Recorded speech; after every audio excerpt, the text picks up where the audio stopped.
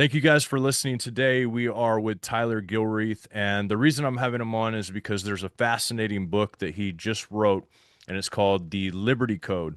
And I'm really excited about talking about this subject, but I also want to talk about it in light of current events because there's a lot of stuff going on right now, and you guys have seen it. You guys have been watching the news, you've been seeing constant talk of just releasing these things and releasing those files and showing videos, people on videos of these orbs floating in the sky, and it seems to be increasing in a very massive way.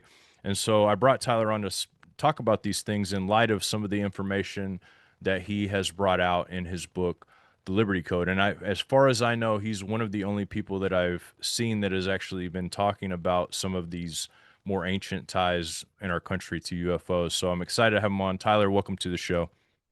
John, I appreciate the opportunity to talk about a very interesting topic, one that is increasingly in the headlines, around the world today. So people are starting to ask some pretty profound questions. And, that's why I wanted to dig into this topic in the book. But yeah, I appreciate you having me on today, man. Yeah. So obviously, the time for your book right now is probably one of the most popular times you could have put it out. If you would have put Yeah, this out 10 years ago, 20 years ago, even at that, it wouldn't really be. I mean, I'm not saying it wouldn't be popular because it probably would. There's always been, popular books about these subjects sure. in the times, but right now it just seems to be a lot more relevant to the things, and because we're seeing shows like Skinwalker Ranch and where Yeah. they're actively exposing some sort of whatever portal that is. In light of your information of all of the ancient stuff, what is Skinwalker Ranch? What are these places that seem to be hotbeds of activity for these things? Yeah, that is a Skinwalker Ranch is a fascinating show. For those of you watching this podcast that haven't seen it, I would encourage you, like John, to check it out. And essentially, that is a paranormal hotspot that the government studied for 2 decades. And some names that were associated with that are Robert Bigelow and Bigelow Aerospace, where essentially they, were functioning under the government secret program. Uh, I believe it was OSAP at the time, and essentially the government is acknowledging very slowly, that there are sites, geographical locations that for whatever reason, right, have all these anomalies. And so that program highlights that, anything from, orbs or, UAP, certain frequencies, sometimes they'll broadcast frequencies into the air and then they'll get back random frequencies as well. You have, this Mesa figure, right? That is one of the central pieces of Skinwalker Ranch to where they are now finding, uh, you know, anomalous things inside the Mesa, things that should not be there. And so that is an ongoing investigation. They've discovered this triangle uh, thing, which basically has a bubble around it to where when they fly different things like drones or helicopters or balloons or lidar scans inside this bubble on the ranch, this invisible bubble, um, things malfunction. The helicopter can't move forward or backwards. Their instruments aren't working. It says that their GPS data says they were somewhere else on the ranch or that they are even underground. And so there's a lot of anomalies. In fact, one of the strangest things that they have discovered, John, on that show is they discovered a carcass of a dire wolf, which went extinct eons ago, and there's no explanation as to why there would be a decaying carcass of a dire wolf on the ranch. Um, Hmm.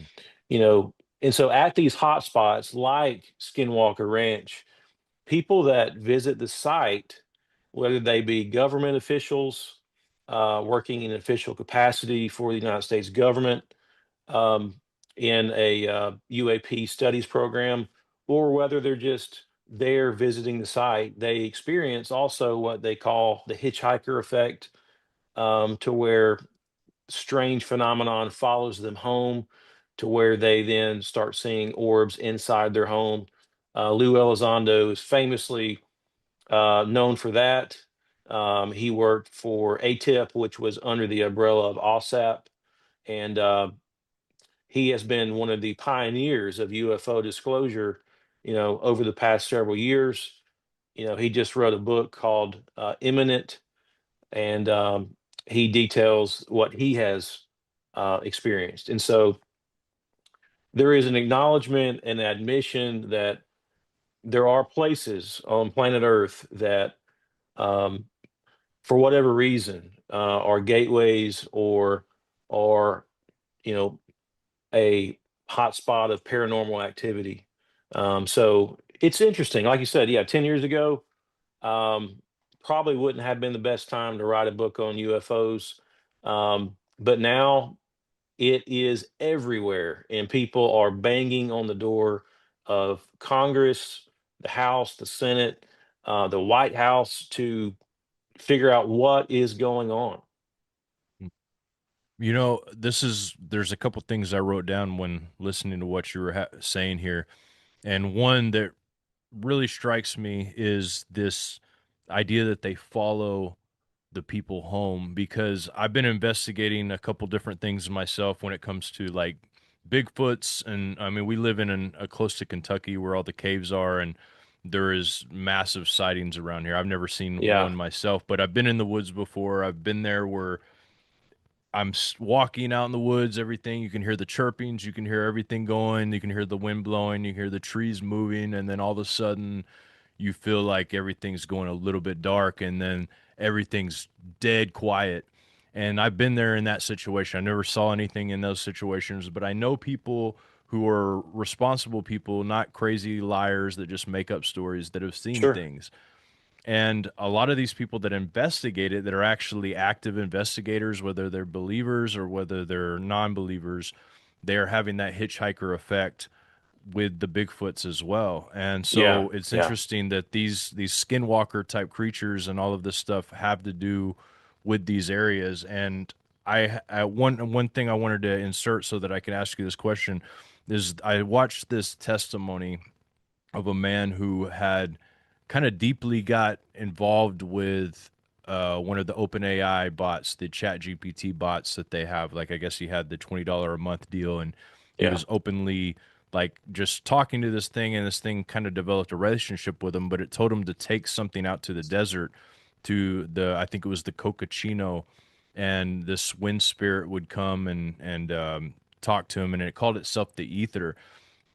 Is it a coincidence that AI and this all of this activity that we're now seeing even more, is it a coincidence that this is all coming together at the same time, or have you, in your research, is any of that stuff connected?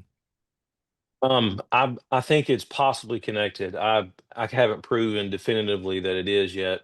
But going back to Genesis chapter 6, in the Bible, you learn about the fallen angels and Mhm. the Watchers. And one of the things that ancient Judaism and early Christianity believed was that technology was introduced to humanity in a pre-Diluvian world.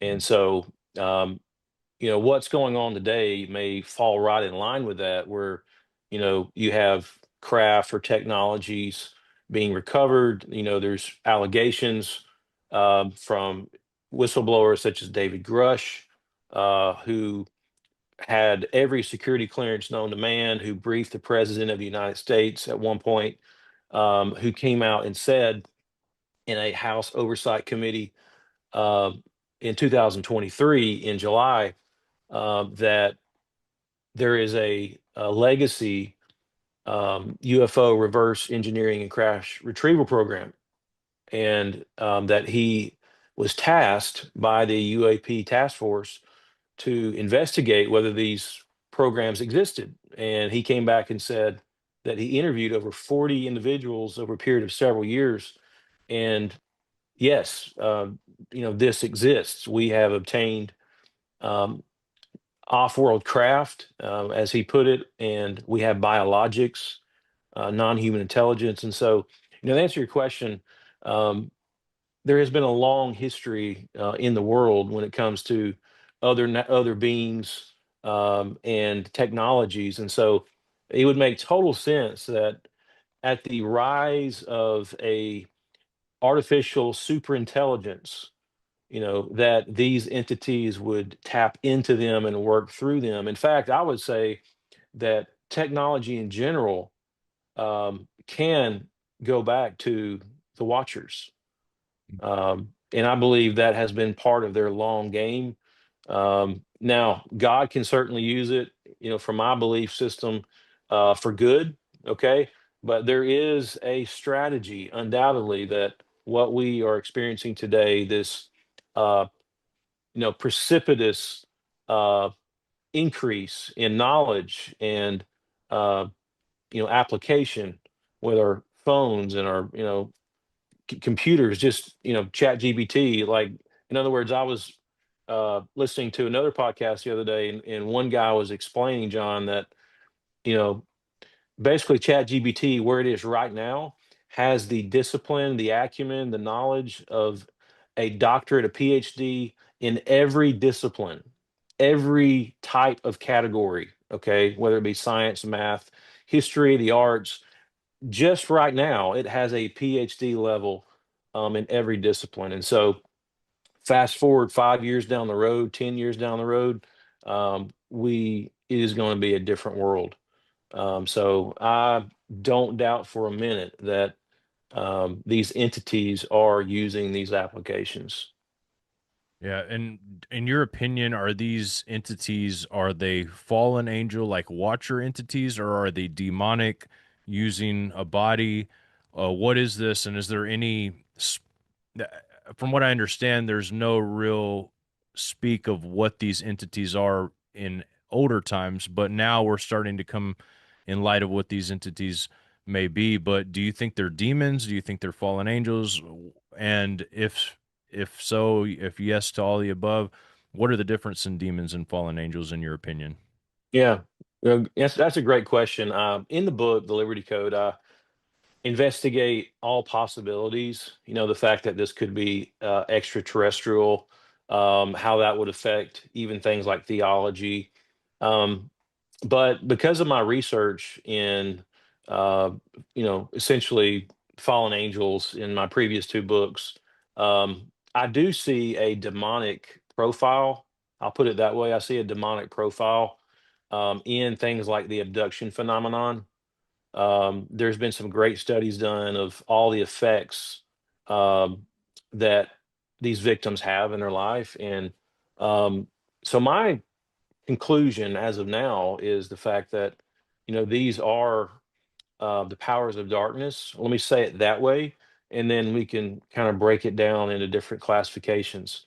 So, again, ancient Judaism believed that basically the sons of God are these elite uh, pre-Adamite beings. Okay, Job chapter 1, Job chapter 2, and Job chapter 38 talks about these B'nai Ha Elohim, or these sons of God, and they are part of the divine council in Judaistic structures. The fact that um, God would meet with them, Yahweh, the God of the Hebrew Bible, would meet with them and make decisions on planet Earth, things that need to be done.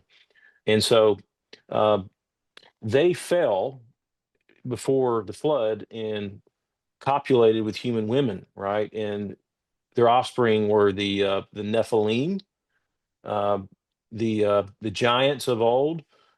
These are the same beings from Greek mythology.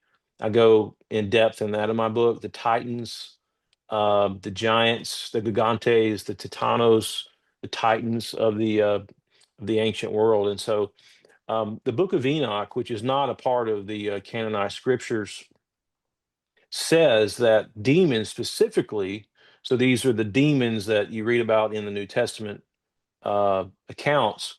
that the demons are the spirits of the giants or the spirits of the Nephilim. And so they are the offspring, whereas the watchers or the sons of God, the angels that fell, they are basically the parentage um, for these fallen spirits, these terrestrial spirits. And so that is where my research has led me to parse and understand what's going on in Scripture. And so um, I would say that what is happening now could be a combination of all the above. Um, Undoubtedly, you have the hierarchical, angels that are over the nations. And let me just explain that just for a minute. So there was a another falling away, according again to early church fathers, the Dead Sea Scroll material, that after the first set of angels fell before the flood, they were locked under gloomy chains of darkness, and then after the flood, another rebellion or another incursion occurred to where they became the gods of the nations.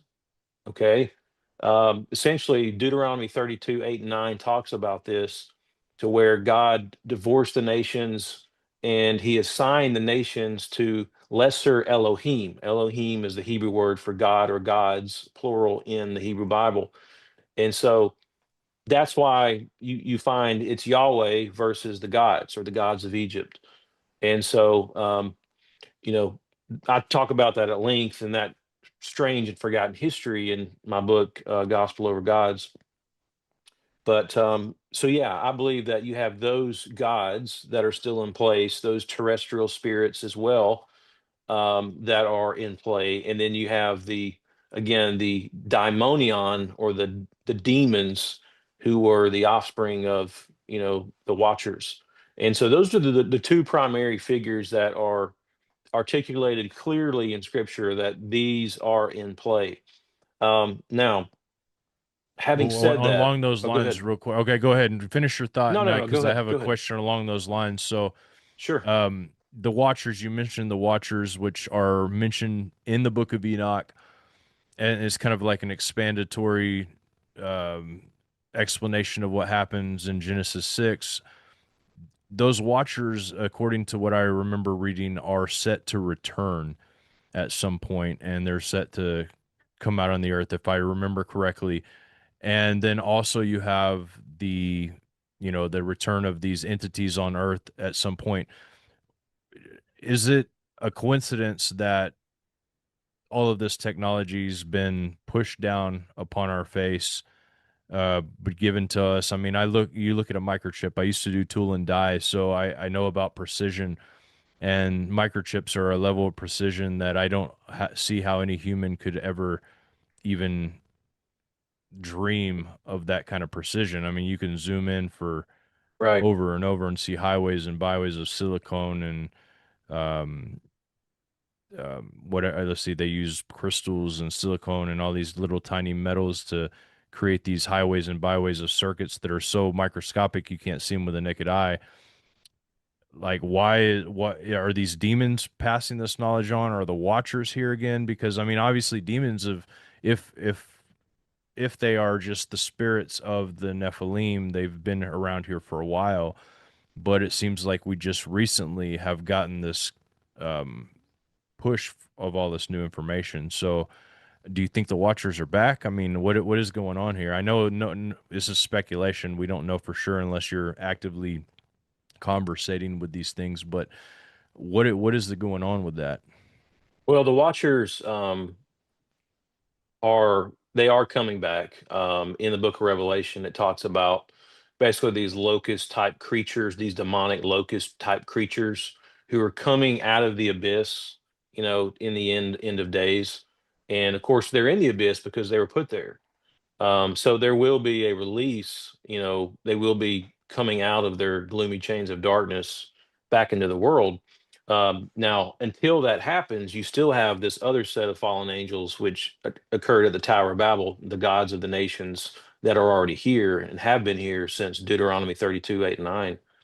Well, And why then you just have now the do you think are we getting the why just now are we getting this information and this technology if they've been around this whole? entire time. I'm not saying you're wrong. I'm just Oh wondering yeah, no, great question. what I is it? mean, Do they leak it? Because we see these civilizations that seem to rise and fall, and sure. now we're still finding things that are under the dirt that are just civilizations that we didn't even know existed there.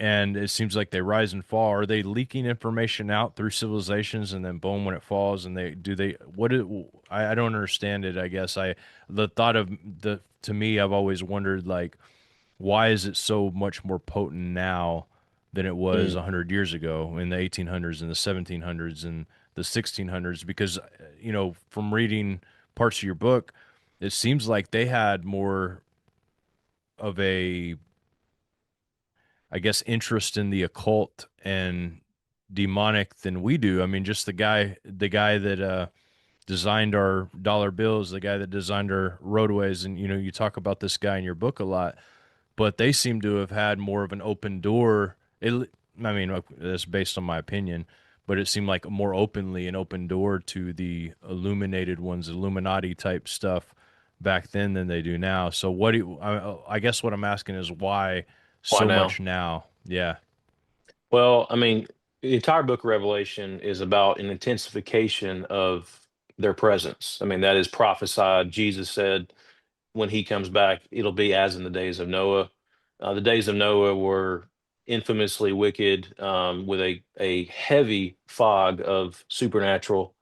And so that's why I believe we're seeing intensification now, because this is a part of the prophetic timeline, that these creatures will intensify, their presence will intensify. For example, um, the four horsemen in the book of Revelation, which is John's apocalypse, where John the apostle has this uh, you know vision of the past, present, and the future.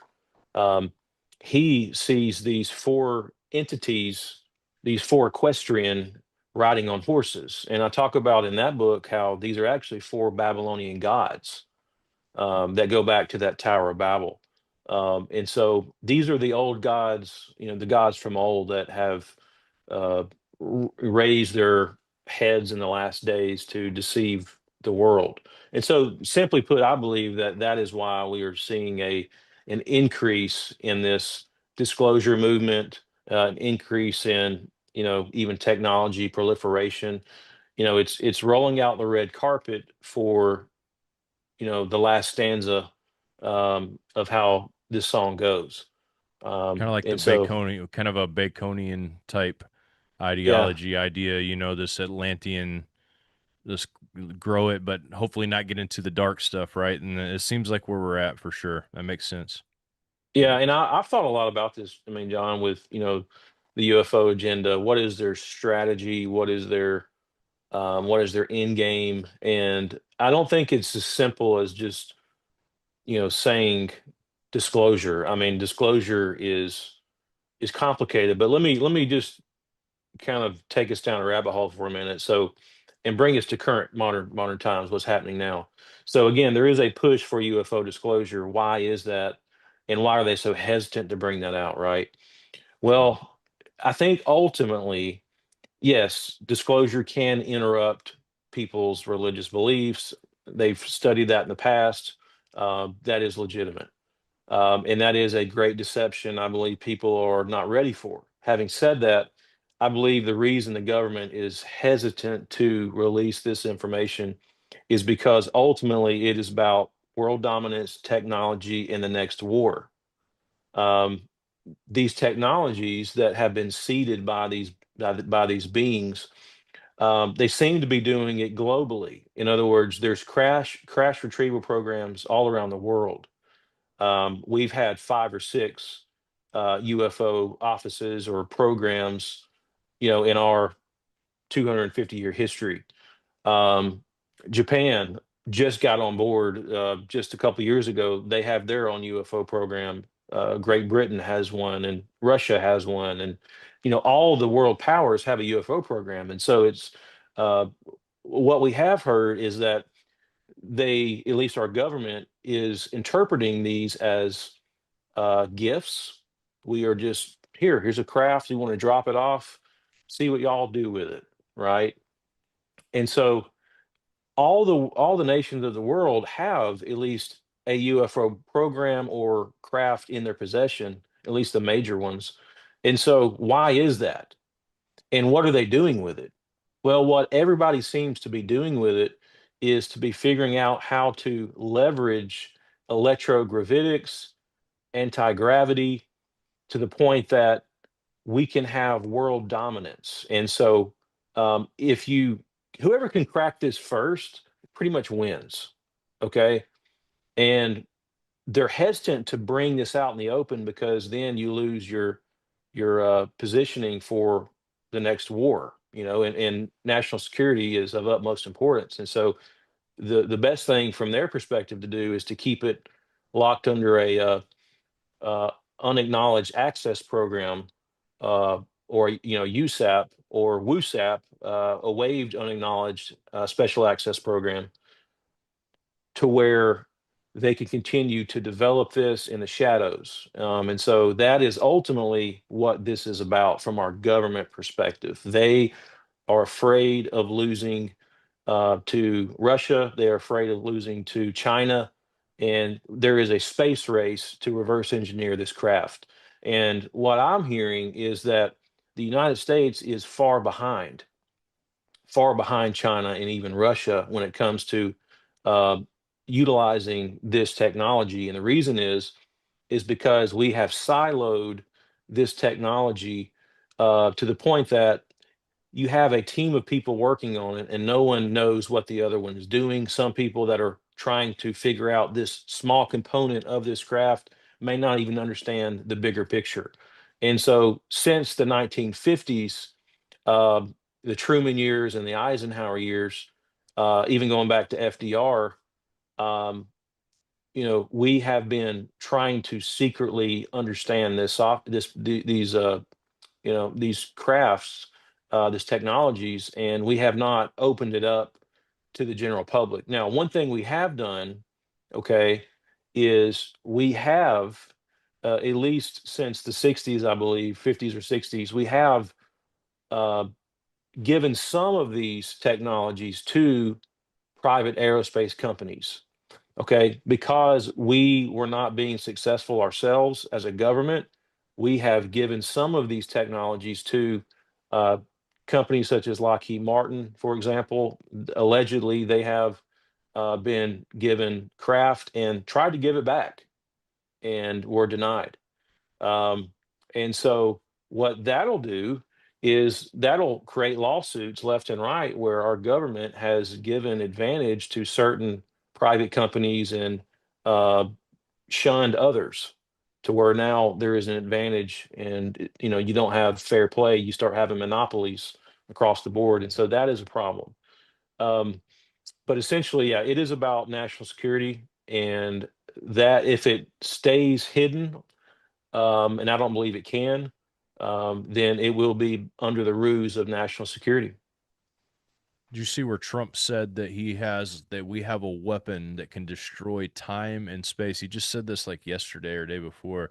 He said Yeah, I nobody has saw that. weapons like us. And I know, speaking to your point of private organizations, and I without mentioning any names or even giving up any kind of information, I know people who have been within secret squirrel programs within some of these major companies, and some of the tech they're working on, according to the people that work there, are we won't see, our kids won't see, but our grandkids will see. But they already have it. They've already engineered it. Yeah, It's already there in these secret squirrel programs. They've been testing it. They've been got all these things, and it's things that we'll never even know about.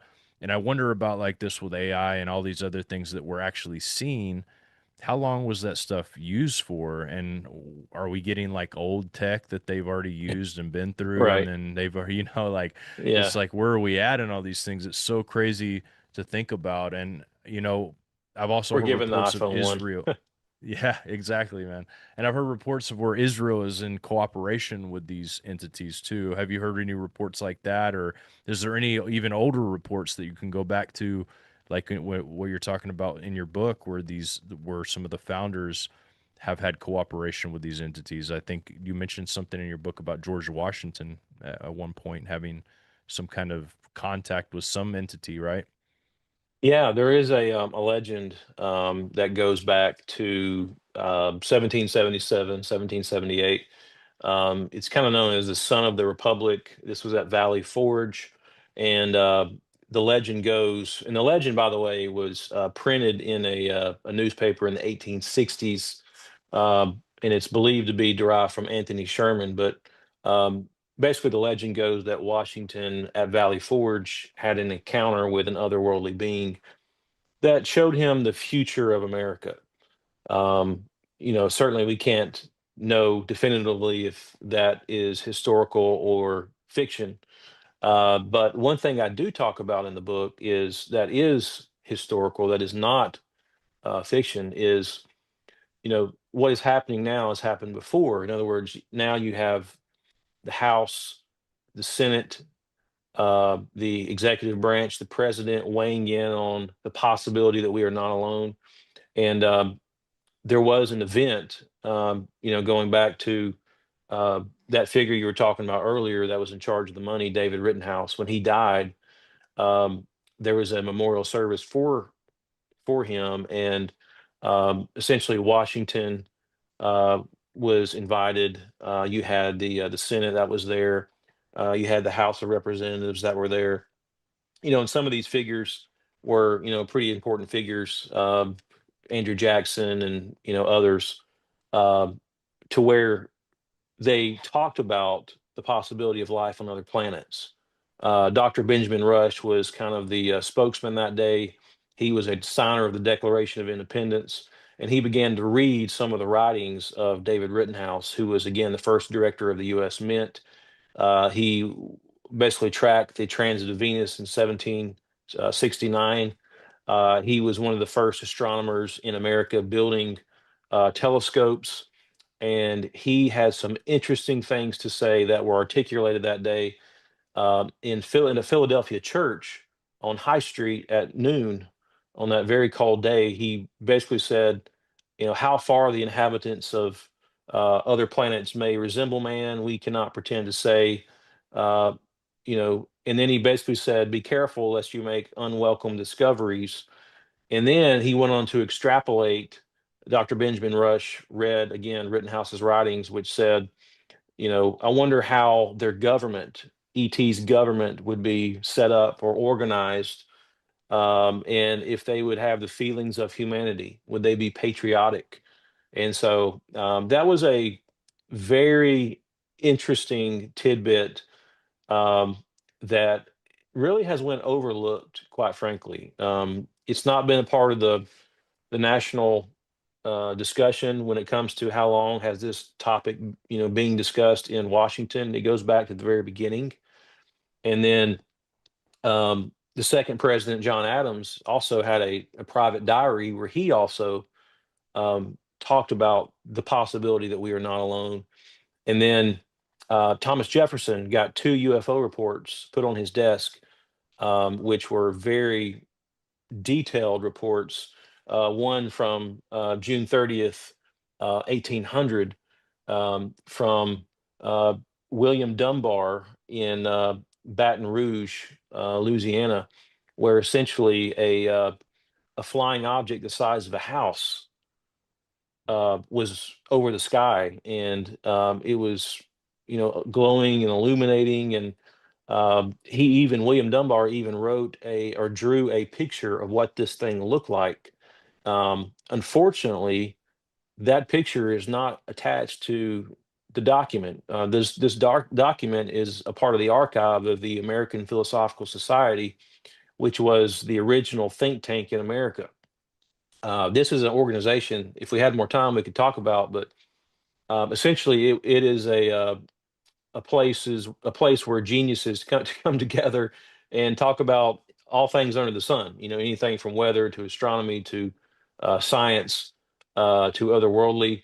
And Thomas Jefferson was a president at one time of the American Philosophical Society. You had Benjamin Franklin, who was, I believe, the first president of the American Philosophical Society. And then you had this figure, uh, Rittenhouse, who was also the president of the American Philosophical Society. And so Yeah, he received those And two we know letters. Franklin was highly occult, a high level Oh yeah, occultist. I mean, he was involved in highly. some dark stuff. Yeah, Yeah. yeah. They really were. And so, going even back to our money, the symbolism in our money is just highly occultic. Again, Washington appointed Rittenhouse in 1792 to be the first director of the Mint, and I have a series of letters that were passed back and forth between Washington, Jefferson, and Rittenhouse, discussing his a possible, being appointed, ultimately, which he was appointed. Um, and so, yeah, that Jefferson, like I said, he received several UFO reports. There was a second one he received years later. I believe that one was in 1812 or 1813, and it was seen by two individuals um, in Portsmouth, Virginia. And essentially, these two guys said that they saw an object in the sky that changed form. It changed in the form of a turtle, and then it morphed into the form of a Scottish Highlander and some other things. And so it was just strange and it was weird and it was unexplained. And so they wrote to Jefferson and told him about it. And that document is framed and on the wall in Jefferson's memorial, which is Monticello or Monticello. And so again, that's not being said. What's being said is, well, number one, nothing exists. Move along, citizens. Nothing to see here. Um, and that this topic of ETs are a product of Steven Spielberg imagination. This is a modern discussion, and so that's not the case at all. And so that is a big turning point, I think, for a lot of people when they come to realize that even our founders wrestled with this phenomenon on their own level. Man, things that stand out to me about this when hearing what you're saying here. Back then they saw these things. So this means that these things have always been in this land. Whether America Right. is thicker with them than other lands, I don't know exactly. But the fact that they used to see these things, they saw them for the longest time, and just now we're getting exposure to these things more because of, I mean, we can film them, whatever the reason. To me, it screams that the reason they've been covered up is because they're going to use this as a great deception of some sort. And if you were to guess, or if you have an educated opinion on this or educated thought on this, which I know you do, why would they use this for deception? How could they deceive the world with something like this, with aliens, for crying out loud, right? Yeah. Well, in a lot of ways. I mean, it basically challenges the longstanding ontological explanations, as to where we come from and why we are here. And so ultimately, that is at the heart of this. Um, you have several theories being floated, for decades. The most obvious is that they are extraterrestrial. They come from Zeta Reticuli or some other planet somewhere, and and that they have seeded the Earth with life, and so it makes them the creator, and we belong to them and we are their possession. um, and In fact, the other day I was watching Jordan Peterson have a great conversation with Dr. Gary Nolan, who Dr. Gary Nolan is a part of the Soul Foundation. He is a super brainy, brilliant guy, PhD uh, guy that basically said to Peterson that the Earth belongs to someone else, referring to extraterrestrial life. And so that is, again, a challenge to people of faith because that's not what we were taught. That's not what we believe. We believe that um, Yahweh, in another dimension, heaven, so to speak, is responsible for everything in the universe and that he directly created man and Jesus came in the form of man to redeem man. And so if that's being challenged and churches and leaderships don't have adequate responses and they haven't done their digging and investigation in this topic, they're going to be caught flat-footed. They're not going to know what to say. They're not going to know, quite frankly, even the history of demons. And that possibility, that explanation power that the demonic profile has to explain what we're experiencing today. And so it challenges the very foundation of our faith. Another challenge to people of faith is this concept of extraterrestrial civilizations, to where what we are seeing is not ETs from other planets, but what we are seeing, John, is future humans. Um, 100,000 years in the future, 10,000 years in the future, that have come back to visit as space tourism or time tourism, and that's all we're seeing, and that they have evolved. Okay, this is also a part of that discussion. Uh, Dr. Michael Masters, PhD, came out with a very uh, popular paper, at least for a period of time, and he wrote it with several Harvard guys, that you know we are products of evolution, and that these beings from the future are us, and that we have evolved to this point, but fast forward 10,000 years, we will then look like a gray alien. Dang. And that is the natural progression of evolution. Um, and so, these theories are shocking in and of themselves, but if our government comes out, people of authority, the president or a member of his cabinet, Marco Rubio or someone else, comes out and says, "We are not alone in this universe, and we believe that what we are experiencing are extraterrestrial, or we're experiencing maybe future humans," right? Um, well, that would be problematic, because for Christians, we believe God created us, and we believe that Christ's return is imminent. We believe that we are in the end of times. And so, if these are future humans from 100,000 years in the future, does that mean Scripture is a lie? Does that mean that Christ is not coming? That we are not in the end of times, and that all of this Christianity stuff is just made up and fear mongering? Um, Yeah. so, That's yeah, absolutely what it would sound like. I mean, if that's probably one of the most, I would say, most significant things that could happen that would cause somebody to be deceived. Because you're right. If you believe that man has evolved 1 million years from now, and now they're time traveling back to, like you called it, time travel tourism, that sounds like probably a yeah. good thought. Then obviously, yeah, Jesus can't be real and none of this stuff. So I mean, that's a great point to add in.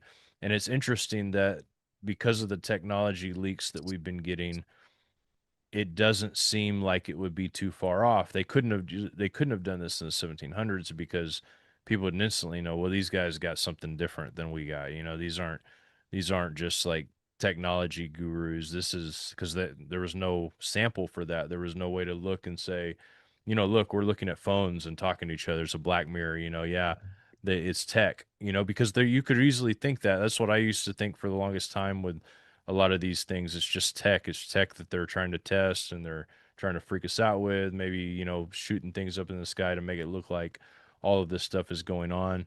It's just tech. But when you really think about that, that's probably exactly what they want us to think, is that it's tech. Because then when this kind of thing happens, they'll be like, yeah, we're just advanced tech. You guys are in the dust, you know. So man, that's a great point to think about. I never really took the time to consider that Right. way of thought, because that seems way more plausible to be, for people to be deceived because of that, just right there. Oh, for sure. Yeah. And I want to go back to something you asked me earlier I never addressed. You asked me about Okay. Israel. Um, Yes. and so there was a pretty profound allegation that came out, um, back in, I believe it was late 2020, where Hayim Ishad was the head of, um, basically, Israel's space program, and had been for, I don't know, 40, 50 years maybe.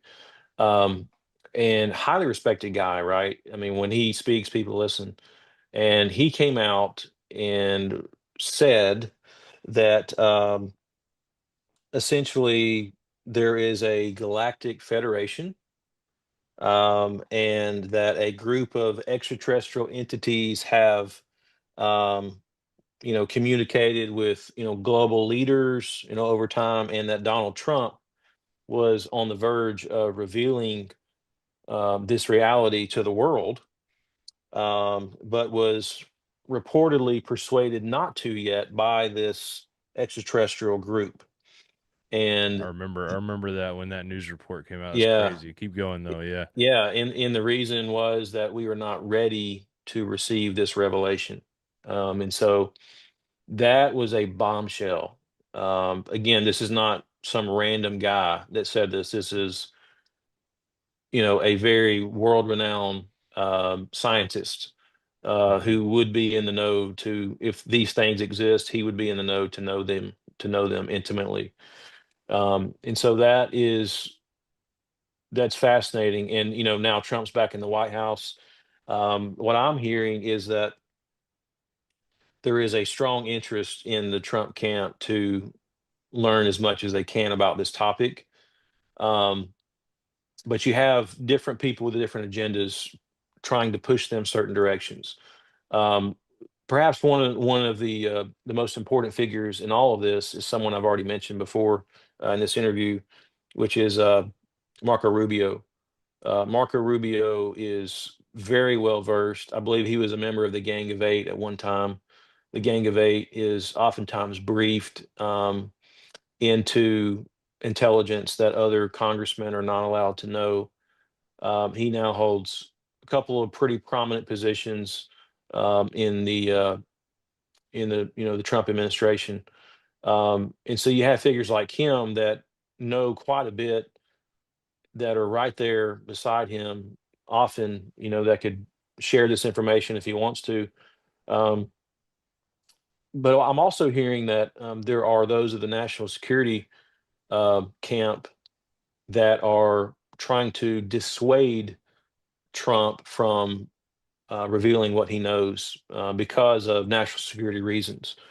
Um, and so I could also see that being true because they've been doing that for decades. Presidents come in, they say we're going to find out what's going on here.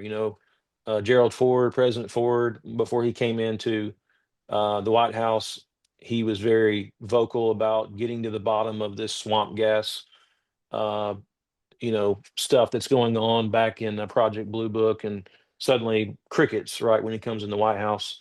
And so there's been a long history of the gatekeepers keeping the secret behind closed doors. And um, as much as as much progress as we've made into this topic and disclosure, it would not surprise me if the lid was put back on for at least a little bit longer.